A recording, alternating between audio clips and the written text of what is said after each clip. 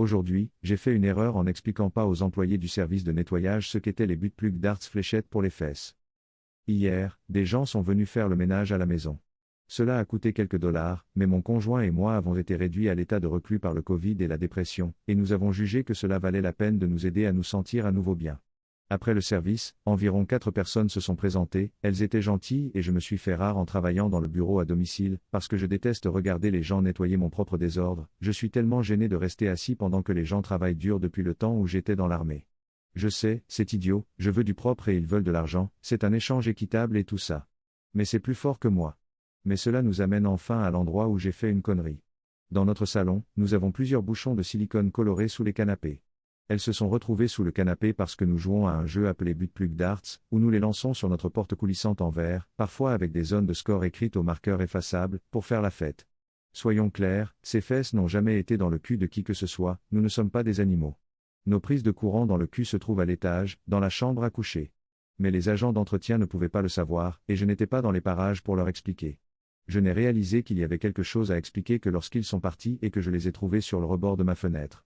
Comment donner un pourboire suffisamment élevé pour un tel service? J'aurais aimé les voir à temps, leur expliquer qu'ils étaient propres et que c'était pour un jeu. Mais c'est drôle pour moi, et il est trop tard pour expliquer maintenant. Trop long. Je n'ai pas lu. Aujourd'hui, j'ai fait une connerie en laissant des sex toys mystérieux à la disposition d'inconnus.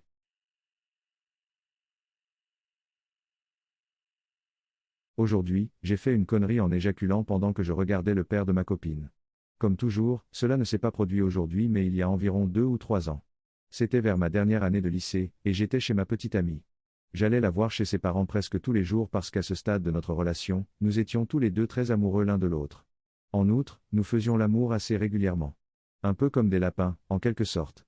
Normalement, nous sortions ensemble pendant la journée et nous nous retirions au sous-sol vers 8 ou 9 heures, et une fois que ses parents étaient couchés, nous nous livrions à des marathons sexuels. Ce jour-là, cependant, nous avons été un peu trop courageux. Il était environ 2 heures de l'après-midi et nous étions allongés sur le canapé à regarder Friends lorsqu'elle a commencé à me tripoter le bas du corps. De toute évidence, mon corps rongé par les hormones a réagi rapidement à son contact et, avant que je n'aie le temps de me préparer mentalement, elle a déboutonné mon short, l'a descendu et a commencé à s'en donner à cœur joie. Aujourd'hui encore, c'est l'une des meilleures fellations que j'ai jamais reçues.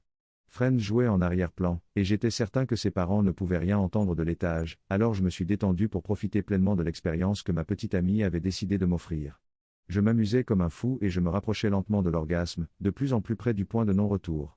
Mon corps s'est tendu de toutes parts et j'ai réalisé que j'étais sur le fil du rasoir entre la possibilité de m'arrêter et la perte de tout contrôle sur ce qui était sur le point de se produire. C'est à cet instant précis que j'ai entendu la porte en haut de l'escalier s'ouvrir en grand, ses charnières grinçantes me donnant des frissons dans le dos. Il est important de noter que les escaliers descendent dans un petit couloir qui s'ouvre sur le salon du sous-sol. On ne peut pas voir le salon avant d'avoir atteint le bout du couloir. Sachant cela, j'ai désespérément commencé à essayer d'utiliser au mieux le temps précieux qui nous restait. J'ai murmuré le nom de ma petite amie et j'ai jeté un coup d'œil vers les escaliers, l'inquiétude s'affichant sur tous les traits de mon visage comme une foutue enseigne au néon. Elle a cessé de monter et descendre sur moi, mais m'a gardé dans sa bouche, et s'est retournée pour reporter son attention sur les escaliers. Ce fut la goutte d'eau qui fit déborder le vase. Ou, pour être plus précis, la sucette qui a fait éclater la noix. Des bruits de pas nous parvinrent du bas de l'escalier, à travers le couloir, et je réalisai que j'avais atteint le point de non-retour. J'ai murmuré son nom à nouveau pour essayer de l'avertir de ce qui allait se passer, mais en un instant, elle m'a fait sortir de sa bouche, a remonté mon short et s'est jetée en avant, atterrissant sur ma poitrine dans une position de câlin en un seul mouvement fluide. Le moment le plus MLG de l'histoire de BJ, à n'en pas douter. J'essayais désespérément, plus que jamais, d'inverser le processus qui se déroulait dans mon corps. La pression atteignait des niveaux dangereux, car je n'avais jamais dépassé ma limite à ce point. Il s'est peut-être écoulé une seconde entière, ou peut-être moins, mais son père est arrivé au coin de la rue, et j'ai compris que je devais jouir maintenant ou que j'allais mourir dans une gigantesque explosion de sperme. Avec le recul, je ne peux pas dire quel choix aurait été le meilleur. Mes yeux ont croisé ceux de son père, et la combinaison de la peur, de l'excitation et de l'immense pression dorsale a provoqué l'orgasme le plus intense que j'ai jamais eu. J'ai tiré sur mon short, tremblant sous ma copine et la couverture et gémissant silencieusement sur le côté du canapé. « Qu'est-ce que vous faites » a-t-il demandé de manière anodine. Ma copine a répondu, je regarde Friends, alors que j'essayais désespérément de ne pas ressembler à un homme en train de jouir violemment dans son short. Vous ne vous lassez jamais de cette émission ? A-t-il demandé avant de prendre une bière dans le frigo et de retourner à l'étage. Ma copine s'est redressée en disant, c'était beaucoup trop près. J'ai répondu faiblement par un gémissement et elle s'est levée en me demandant ce qui n'allait pas, jusqu'à ce qu'elle baisse les yeux pour voir que j'avais foutu en l'air mon short. Toute la jambe gauche était trempée. Aujourd'hui encore, je ne sais pas s'il savait que j'étais en train de jouir quand il a tourné le coin de la rue, mais je suppose que cette expérience m'a probablement rendu 10% plus gai.